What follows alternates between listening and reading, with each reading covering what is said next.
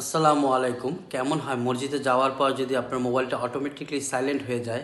আশা করি খুব ভালো হয়, কারণ বর্তমান সময়ে আমাদের একটি সমস্যা হচ্ছে মসজিদে যাওয়ার পর আমরা সবসময় মোবাইলটা সাইলেন্ট রাখি না, সেজন্য নামাজের সময় কিন্তু অনেক রকম কল আসে, গানসহ অনেকের মিউজিক বেজে ওঠে, তো নামাজের অনেক সমস্যা হয়।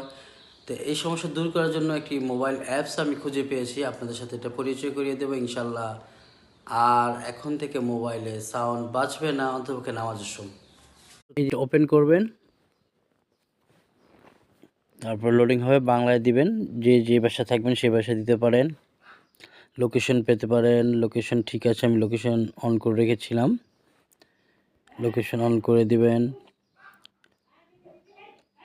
একটু লোডিং হচ্ছে, নেটওয়ার্কের সমস্যা সম্ভবত সম্পন্ন হয়েছে, অ্যালাউ করে দিবেন।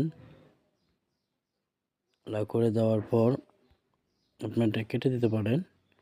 তারপরে আপনার স্যাটেলাইটে যাবেন, স্যাটেলাইটে যাওয়ার পর ফজর, তো প্রথমে আপনি ফজর দিতে পারেন। ফজরের টাইমটা দেখতে পাচ্ছেন, ফজর আগে একটু অ্যালাউ করে দিবেন অ্যাক্সেসটা, যাতে ডু নট ডিস্টার্ব অ্যালাউটা। পরে ব্যাক করে নিলাম।